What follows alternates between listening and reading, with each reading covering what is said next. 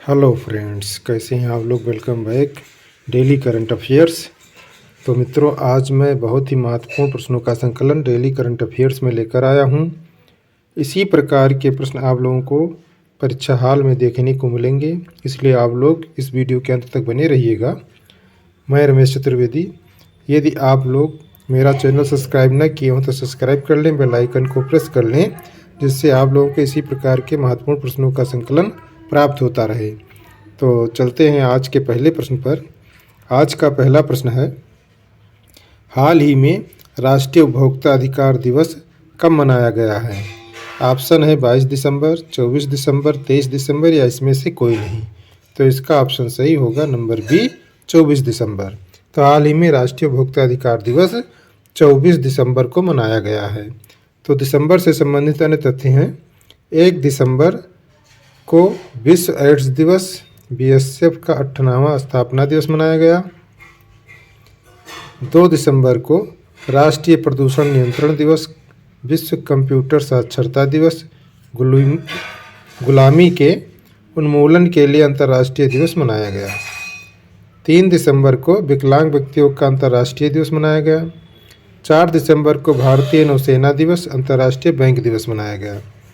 5 दिसंबर को विश्व मृदा दिवस मनाया गया। 6 दिसंबर को डॉक्टर भीमराव अंबेडकर की 66वीं पुण्यतिथि मनाई गई। 7 दिसंबर को सशस्त्र सेना झंडा दिवस मनाया गया। 8 दिसंबर को सर चार्टर दिवस मनाया गया। 9 दिसंबर को अंतर्राष्ट्रीय भ्रष्टाचारी विरोधी दिवस मनाया गया। नरसंहार की रोकथाम और पीड़ितों के लिए स्मरणोत्सव का अंतर्राष्ट्रीय दिवस मनाया गया। 10 दिसंबर को अंतर्राष्ट्रीय वन अधिकार दिवस मनाया गया। 11 दिसंबर को अंतर्राष्ट्रीय पर्वत दिवस, यूनिसेफ दिवस मनाया गया। और 11 दिसंबर को अंतर्राष्ट्रीय पर्वत दिवस, यूनिसेफ दिवस मनाया गया। 12 दिसंबर को अंतर्राष्ट्रीय सार्वभौमिक स्वास्थ्य कवरेज दिवस मनाया गया। 14 दिसंबर को राष्ट्रीय ऊर्जा संरक्षण दिवस मनाया गया। 16 दिसंबर को विजय दिवस मनाया गया। 18 दिसंबर को अल्पसंख्यक अधिकार दिवस मनाया गया। अंतर्राष्ट्रीय प्रवासी दिवस मनाया गया। 19 दिसंबर को गोवा मुक्त दिवस मनाया गया। 20 दिसंबर को अंतर्राष्ट्रीय मानव एकता दिवस मनाया गया। 22 दिसंबर को राष्ट्रीय गणित दिवस मनाया गया। और 23 दिसंबर को भारतीय राष्ट्रीय किसान दिवस मनाया गया। तो चलते हैं अगले प्रश्न पर। तो मित्रों, एक महत्वपूर्ण सूचना है कि यदि आपको किसी भी बोर्ड या कंपटीशन एग्जाम का ऑनलाइन थ्योरी क्लास लेना हो या doubt test notes practice set को की सुविधा प्राप्त करनी हो, तो आप इस सुविधा को मात्र 399 रुपये प्रतिमाह में आप ये सुविधा प्राप्त कर सकते हो। और इस सुविधा को प्राप्त करने के लिए आपको मेरे व्हाट्सएप नंबर 88 086 89 105 पर कॉल करके या चैट के द्वारा आप ये सुविधा प्राप्त कर सकते हो। और नया बैच स्टार्ट होने वाला है, तो आप इस सुविधा का लाभ ले सकते हो और अपने एग्ज़ाम के पैटर्न को किसी भी माह में चेंज भी कर सकते हो। धन्यवाद। सूचना समाप्त हुई। चलते हैं अगले प्रश्न पर। अगला प्रश्न है, हाल ही में किस राज्य के राज्यपाल ने धर्म की स्वतंत्रता संशोधन अधिनियम को मंजूरी दी है। ऑप्शन है गुजरात, हरियाणा, उत्तराखंड या इसमें से कोई नहीं। तो इसका ऑप्शन सही होगा नंबर सी, उत्तराखंड। तो हाल ही में उत्तराखंड राज्य के राज्यपाल ने धर्म की स्वतंत्रता संशोधन अधिनियम को मंजूरी दी है। तो उत्तराखंड से संबंधित अन्य तथ्य हैं। उत्तराखंड हाईकोर्ट को नैनीताल से हल्द्वानी शिफ्ट किया गया है। उत्तराखंड ने 9 नवंबर को अपना स्थापना दिवस मनाया है। उत्तराखंड के मुख्यमंत्री ने लखपत दीदी मेले का शुभारंभ किया है। उत्तराखंड के औली मिलिट्री स्टेशन में रक्षा मंत्री ने शस्त्र पूजा की है। रक्तदान अमृत महोत्सव में उत्तराखंड को दूसरा स्थान मिला है। तो चलते हैं अगले प्रश्न पर। अगला प्रश्न है, हाल ही में किसने वन फ्यूचर स्पेशल प्राइज 2022 प्राप्त किया है। ऑप्शन है अक्षय मिश्रा, प्रोफेसर थलपिल प्रदीप, आलोक सिंह या इसमें से कोई नहीं। तो इसका ऑप्शन सही होगा number B, professor थलप्पिल Pradeep.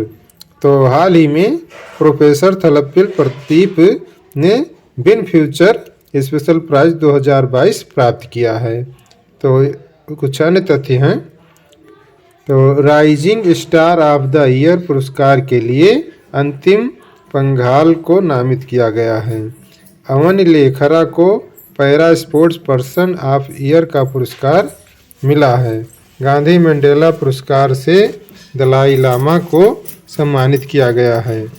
Ajit Anjum और आरफा खानम को कुलदीप नैयर पत्रकारिता सम्मान मिला है। तो चलते हैं अगले प्रश्न पर।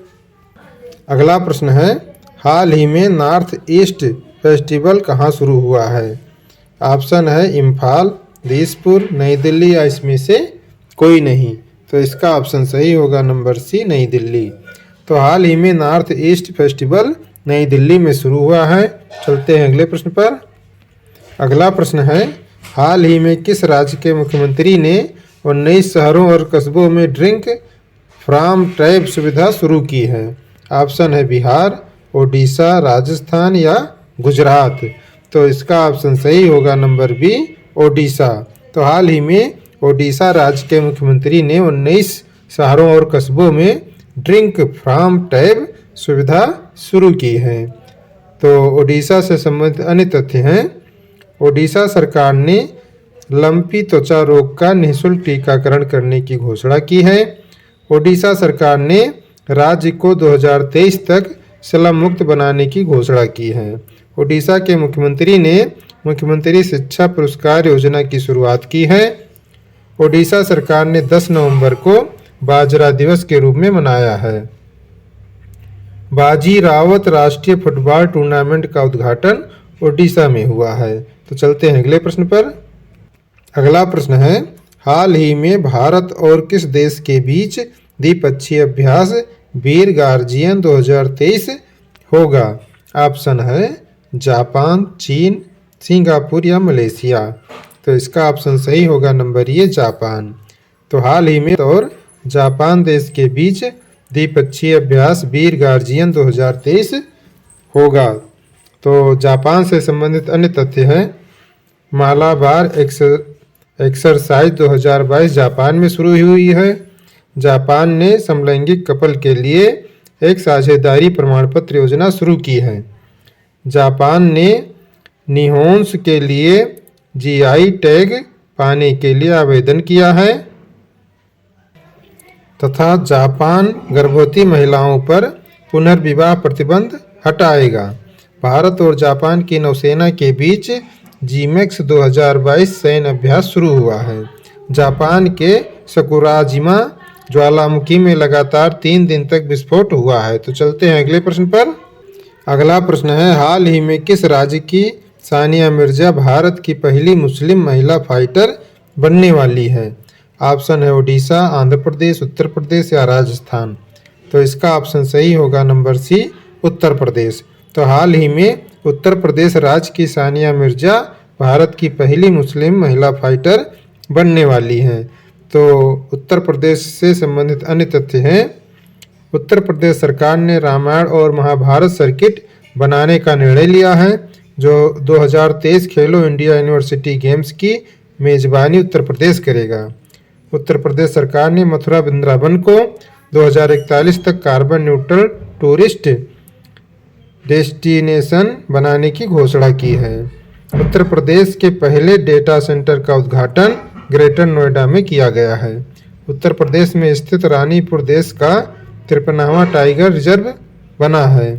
केंद्र सरकार ने उत्तर प्रदेश में तराई हाथी रिजर्व को मंजूरी दी है। तो चलते हैं अगले प्रश्न पर। अगला प्रश्न है, हाल ही में किस संस्था ने 2022 इन 9 चार्ट्स पर एक रिपोर्ट जारी की है? ऑप्शन है WHO, वर्ल्ड बैंक, यूनेस्को या इसमें से कोई नहीं। तो इसका ऑप्शन सही होगा नंबर बी, वर्ल्ड बैंक। तो हाल ही में वर्ल्ड बैंक संस्था ने 2022 इन 9 चार्ट्स पर एक रिपोर्ट जारी की है। तो चलते हैं अगले प्रश्न पर। अगला प्रश्न है, हाल ही में SBI फंड्स मैनेजमेंट ने किसे अपना नया एमडी एंड सीईओ नियुक्त किया है? ऑप्शन है शमशेर सिंह, मनोज शर्मा, शिखर गर्ग या इसमें से कोई नहीं। तो इसका ऑप्शन सही होगा नंबर ए, शमशेर सिंह। तो हाल ही में एसबीआई फंड्स मैनेजमेंट ने शमशेर सिंह को अपना नया एमडी एंड सीईओ नियुक्त किया है। तो अन्य तथ्य हैं, एयर इंडिया के कम लागत वाले एयरलाइंस व्यवसाय का प्रमुख आलोक सिंह को नामित किया गया है। परमाणु ऊर्जा नियामक बोर्ड का अध्यक्ष दिनेश कुमार शुक्ला को नियुक्त किया गया है। पीटी उषा को संसद के ऊपरी सदन में उपाध्यक्ष के पैनल में नामित किया गया है। तो चलते हैं अगले प्रश्न पर। अगला प्रश्न है, हाल ही में पेट्रोलियम मंत्रालय ने किस शहर में संगीत कार्यक्रम डांस टू डिकार्बोनाइज आयोजित किया है? ऑप्शन है मुंबई, नई दिल्ली, जमशेदपुर, इसमें से कोई नहीं। तो इसका ऑप्शन सही होगा नंबर बी, नई दिल्ली। तो हाल में पेट्रोलियम मंत्रालय ने नई दिल्ली शहर में संगीत कार्यक्रम डांस टू डिकार्बोनाइज आयोजित किया है। तो चलते हैं अगले प्रश्न पर। अगला प्रश्न है, हाल ही में किस राज्य के मुख्यमंत्री ने एक उन्नत inner line permit system portal launch किया है? ऑप्शन है असम, सिक्किम, मणिपुर या ओडिशा। तो इसका ऑप्शन सही होगा नंबर सी, सिक्किम, मणिपुर। तो हाल ही में मणिपुर राज्य के मुख्यमंत्री ने एक उन्नत inner line permit system portal launch किया है। तो मणिपुर से संबंधित अन्य तथ्य है, पूर्वोत्तर ओलंपिक खेलों में मणिपुर लगातार दूसरी बार शीर्ष पर रहा है। अमूर फाल्कन फेस्टिवल का 7वां संस्करण मणिपुर में मनाया गया है। इम्फाल में आम लोगों की शिकायतों के लिए सीएम दाहे सी पोर्टल का शुभारंभ हुआ है। खोज जोम दिवस 23 अप्रैल को मणिपुर में मनाया गया है। पूर्वोत्तर का सबसे ऊंचा राष्ट्रीय ध्वज 165 फीट मणिपुर के बिष्णुपुर जिले में फहराया गया है। तो चलते हैं अगले प्रश्न पर। अगला प्रश्न है, हाल ही में आईपीएल इतिहास के सबसे महंगे खिलाड़ी कौन बने हैं?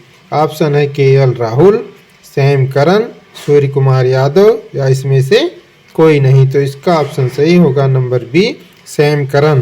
तो हाल ही में आईपीएल इतिहास के सबसे महंगे खिलाड़ी सैम करन बने हैं। तो चलते हैं अगले प्रश्न पर। अगला प्रश्न है, हाल ही में किसे BBC sports personality of the year award से नवाजा गया है? ऑप्शन है अंतिम पंघाल, बेथ मीड, नीरज चोपड़ा, इसमें से कोई नहीं। तो इसका ऑप्शन सही होगा नंबर बी, बेथ मीड। तो हाल ही में बेथ मीड को BBC sports personality of the year award से नवाजा गया है। तो चलते हैं अगले प्रश्न पर। अगला प्रश्न है, हाल ही में लगातार कितनी बार महाराष्ट्र ओपन की टाइटल स्पॉन्सर टाटा मोटर्स बनी है? ऑप्शन है 5, 3, 4 या शेन वाटसन। तो इसका ऑप्शन सही होगा नंबर ए, 5। तो हाल ही में लगातार 5 बार महाराष्ट्र ओपन की टाइटल स्पॉन्सर टाटा मोटर्स बनी है। तो चलते हैं अगले प्रश्न पर। अगला प्रश्न है, हाल ही में किसने रविंद्रनाथ टैगोर साहित्य पुरस्कार 2021-22 जीता है? ऑप्शन है सुदीप सेन, शोभना कुमार, उपयुक्त दोनों या इसमें से कोई नहीं।